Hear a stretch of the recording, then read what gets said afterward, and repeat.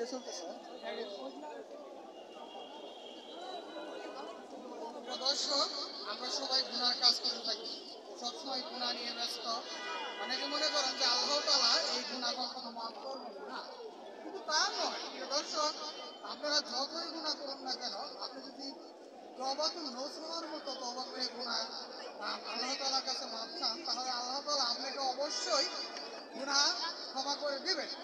আসুন তওবাতুন নসুহা কিভাবে তওবা করেছিল, তাহলে আমরা একজন বিশিষ্ট ইসলামী চিন্তাবিদ ওনার মুখ থেকে সেই বক্তব্যের মাধ্যমে জেনে নেই। আসুন দর্শক, আমরা জেনে নেই কিভাবে তওবাতুন নসুহা আমল করতে হবে।